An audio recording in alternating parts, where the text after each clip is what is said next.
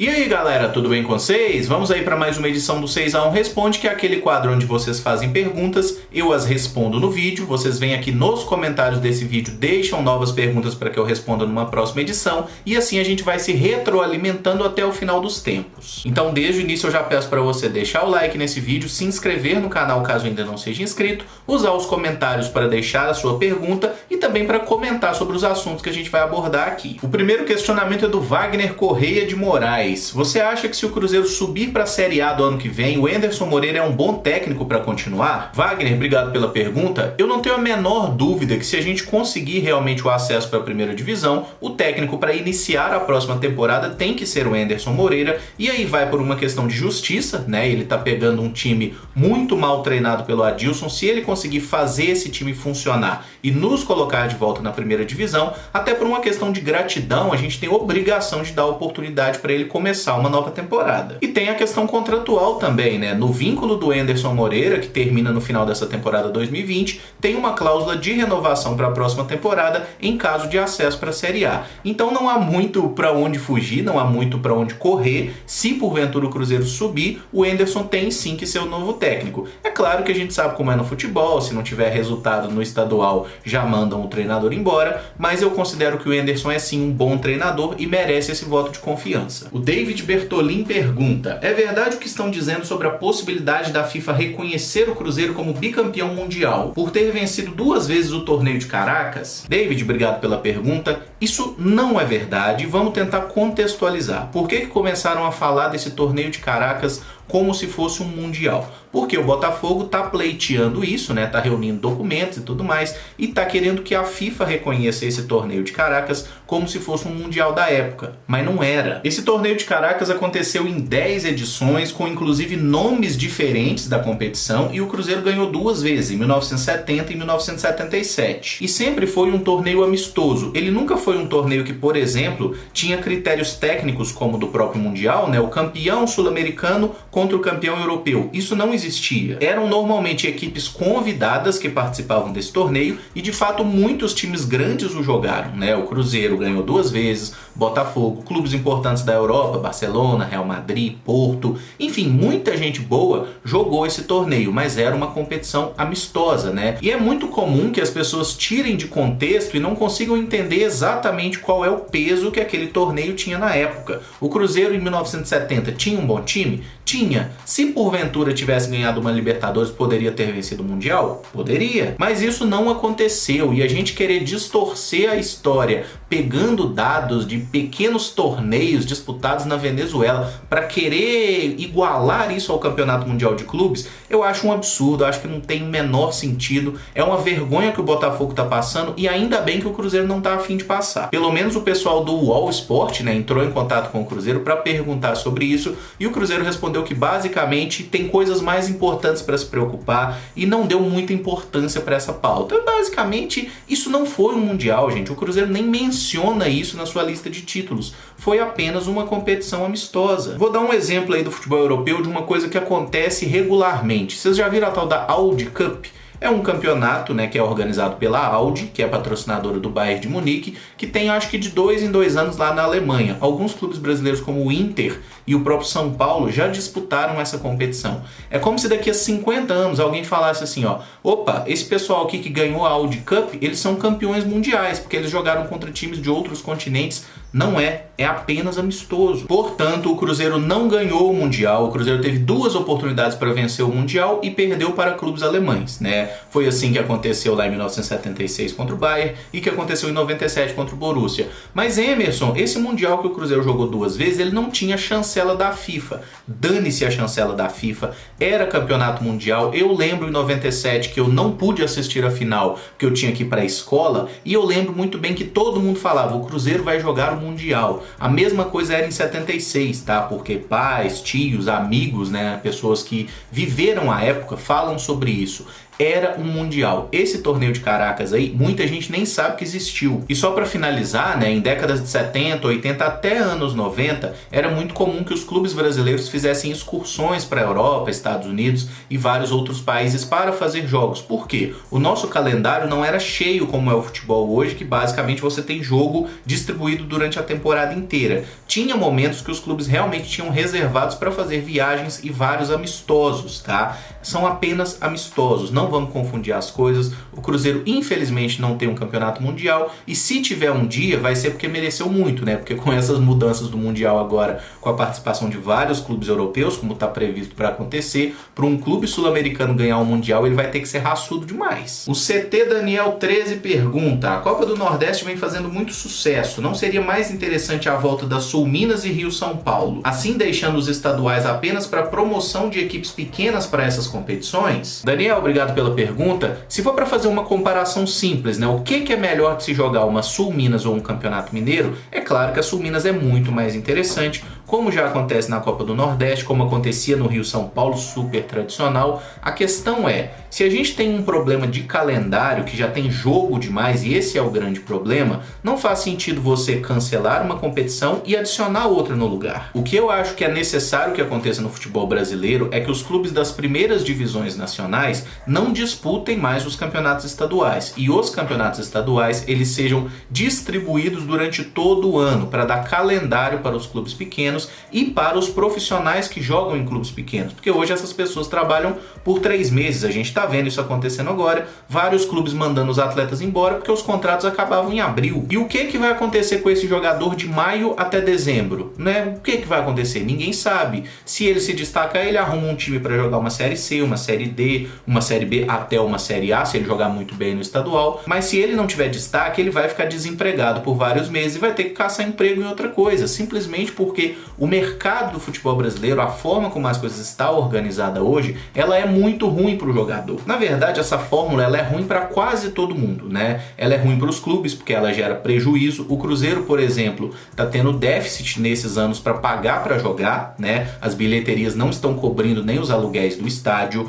Ela é ruim para os atletas pelo motivo que eu já expliquei. Os jogadores que não estão aí nessa primeira prateleira têm muita dificuldade para ter emprego durante todo o ano. E quem ganha com esse modelo, né, de campeonatos estaduais são realmente as federações, que elas não têm efeito nenhum, elas não têm função, são apenas cartórios que nem precisavam existir. A grande verdade é essa. Mas como hoje qualquer federação estadual tem mais poder do que qualquer clube, né, inclusive na votação de presidente da CBF, por exemplo, cada federação, que seja a federação do Acre, eu acho que nunca teve um time na Série A do Campeonato Brasileiro, essa federação tem voto peso 3. E o maior clube do Brasil, o campeão, com a maior torcida, que é o Flamengo, tem peso 2. Então, a partir do momento que qualquer federação, por mais inexpressiva esportivamente que seja, tem mais poder do que qualquer clube no Brasil, esse status quo nunca vai ser mudado e, infelizmente, vai continuar desse jeito.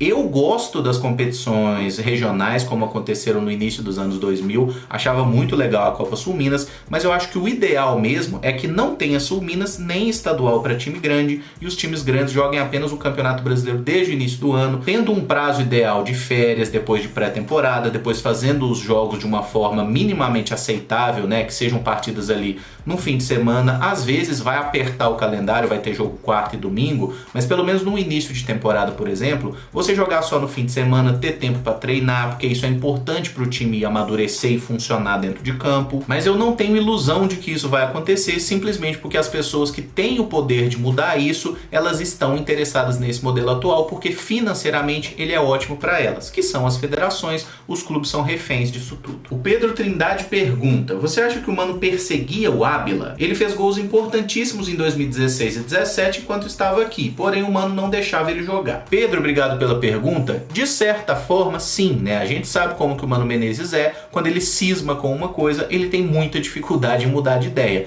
É cabeça dura mesmo, como todo treinador que se preze acaba sendo. Agora, a gente não pode esquecer que o Ábila, apesar de ter feito bastante gol pelo Cruzeiro, né? Ele teve bons momentos aqui no clube, ele teve também fases muito ruins. Eu lembro que quando o Ábila chegou no Cruzeiro, ele fez coisa de tipo 10 gols em 10, 12 jogos. Ele começou muito bem. Aí depois ele teve uma sequência péssima, ficou uns 6, 7 jogos sem fazer gol, perdeu posição. No ano seguinte, né, na temporada 2017, o Mano Menezes já queria usar mais o Rafael Sobis, porque é um jogador mais técnico, e por mais que o Ábila seja matador, o Ábila apanhava da bola. Então, da mesma forma que a gente gosta muito da figura do camisa 9, e eu particularmente gosto demais do Ábila e de jogadores do estilo dele, a gente não pode desconsiderar também que ele tecnicamente era um jogador limitado. Ele tinha dificuldade para fazer tabela, quando enfrentava uma zaga muito forte, né, ele tinha muita dificuldade, ele não jogava nada. Eu lembro muito bem dos jogos contra o Grêmio, né, com a dupla Jeromel e Kahneman. O Ábila simplesmente não conseguia se movimentar em campo, porque Jeromel e Kahneman são zagueiros que dão muito bote, são muito agressivos, e o Ábila não é aquele jogador que tem um passe de primeiro, uma inteligência acima da média. Ele é um ótimo finalizador, mas é um cara que tem muitas limitações. Então, de certa forma, o Mano Menezes sim, pegava um pouco no pé do Ábila, até porque gostava muito de jogar com o Rafael Sobis ali na frente, que era um falso 9, um jogador de outra característica, mais qualidade para reter a bola, mas a gente não pode também alçar o Ábila a um patamar que ele nunca teve.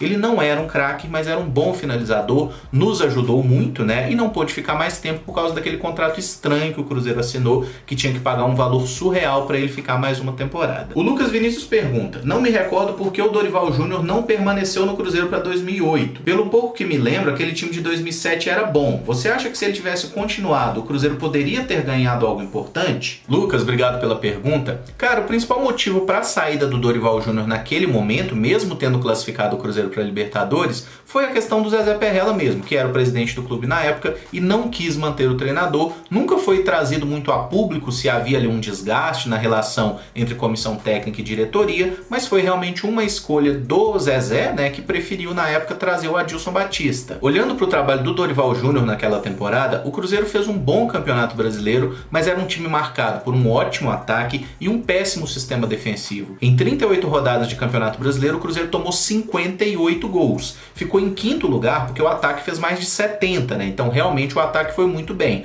mas a defesa era um caos e talvez tenha sido esse o principal motivo, né? O Zezé queria que o Cruzeiro tivesse um time um pouco mais seguro. E convenhamos, o Adilson Batista fez até um bom trabalho. O Cruzeiro 2008 e 2009 foi um time bom, um time que estava sempre brigando pelo título brasileiro. Acabou que não ganhou porcaria nenhuma no final das contas, mas foram trabalhos bem consistentes. E quando a gente olha para a carreira do Dorival, ele teve bons trabalhos em alguns clubes, no Santos especialmente, ele conseguiu mais de uma vez fazer trabalho muito bom, mas também teve muito tiro errado, né? O Dorival passou por muitos clubes sem sucesso e eu tenho dificuldade em falar assim, se o Dorival continuasse, o Cruzeiro ia ganhar alguma coisa, porque hoje, em 2020, eu não tenho essa garantia com o trabalho dele, imagina há 12 anos atrás. É claro que poderia fazer um trabalho melhor do que o Adilson, porque o Dorival provou durante esses últimos anos que é um cara que tem mais repertório, mais ideias e consegue fazer um time melhor que o Adilson Batista, mas naquele momento ali, o Adilson também fez um bom trabalho no Cruzeiro. O Álvaro Alves pergunta: o que acha daquele Mundial Interclubes em que o Cruzeiro contratou alguns jogadores para um único jogo? Álvaro, obrigado pela pergunta. Eu tenho a legítima impressão que eu já respondi algo nesse sentido, tá? Sobre a contratação naquele momento, que foi ali do zagueiro Gonçalves,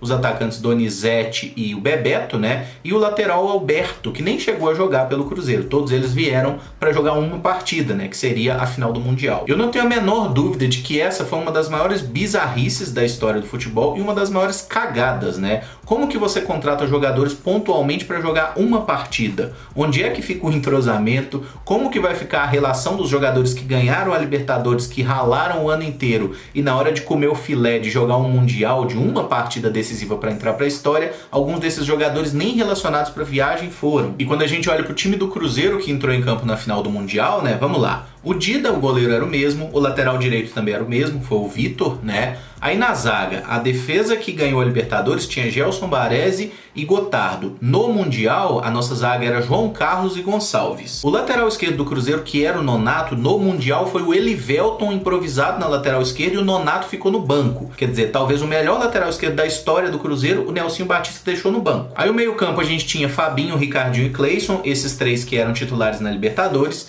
nada de errado até aí. sair, e tinha o Roberto Palacios, né, o peruano que meio que entrou na vaga que era do Palhinha. Mas no caso do Palhinha, culpa nenhuma do treinador, o Palhinha que jogou já a reta final de Libertadores vendido pro futebol espanhol. Então ele ia sair do Cruzeiro assim que terminasse a Libertadores de qualquer jeito. E rolou ainda uma mudança tática, né, porque o Cruzeiro que ganhou a Libertadores tinha um volante a mais, que era o Donizete, e o Cruzeiro do Mundial jogou com 2 atacantes, com Bebeto e Donizete. E quem é que estava no banco? O Marcelo Ramos, que era o nosso melhor atacante na época, que tinha feito história com a conquista da Libertadores. O Marcelo também ficou no banco. Para resumir, foi uma sucessão de erros, muita briga de egos, né? O próprio Paulo Autuori, logo que acaba a Libertadores, ele vai embora também por causa de brigas com a direção. Então, no final das contas, foi tudo muito mal conduzido e o Cruzeiro fez de tudo para perder aquele Mundial, como no fim das contas perdeu. O Gerson Salles pergunta: você acha importante o Cruzeiro adotar um estilo de jogo em relação às suas equipes profissionais e de base, facilitando uma adaptação dos atletas que sobem e também em contratações de futuros treinadores com perfis totalmente diferentes? Gerson, obrigado pela pergunta. A resposta é sim, cara. Eu sou favorável que o clube tenha uma escola de jogo, que desenvolva uma ideia de futebol, como a gente vê, por exemplo, acontecer no Ajax. Muita gente usa o Barcelona como exemplo. Eu nem acho que o Barcelona seja um exemplo tão bom assim.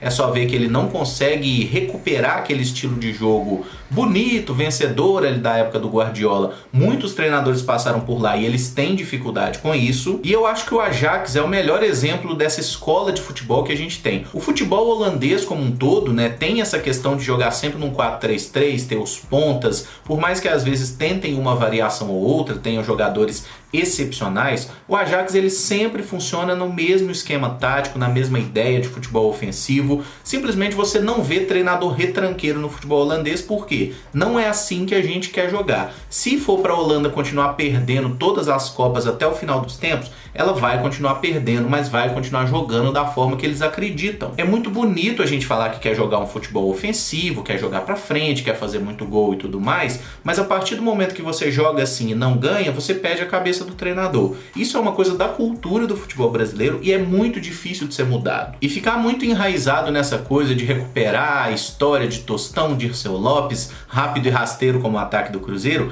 infelizmente no futebol de hoje é um pouco complicado. Por quê? Nós não temos muitos treinadores que sejam realmente capazes de modificar uma equipe e de extrair o máximo dos jogadores. Inclusive, eu acho que isso é uma crítica que a gente tem que fazer, como o nível dos técnicos do futebol brasileiro costuma ser baixo. Mas como essa não foi a pergunta, eu não vou me alongar para esse assunto. Agora, essa coisa de ter uma forma de jogar no time profissional e no time de base, eu sou sempre favorável. Agora, a gente experimentou isso nos últimos anos, por exemplo, o Mano Menezes foi o nosso treinador por praticamente 3 temporadas, né? E no Sub-20 o Cruzeiro tinha o Ricardo Rezende, que é meio filhotinho de Mano. Eram as mesmas ideias, um jogo pouco propositivo, né, muito focado ali em anti-futebol até. Eu acho que era um time que joga futebol para não ter jogo, para não correr risco, para acontecer o mínimo de coisa possível dentro do campo. E é um estilo que foi vitorioso no futebol brasileiro durante um tempo. Um bom exemplo foram as 2 Copas do Brasil que o Mano conquistou com o Cruzeiro e também os títulos que o Cruzeiro conquistou na base. Brasileirão, ganhou aquela Supercopa, conquistou coisas. A questão é assim que a gente quer jogar? E aí eu acho que a gente vai parar na grande resposta dessa questão. Para você ter uma escola de futebol, você tem que ter uma diretoria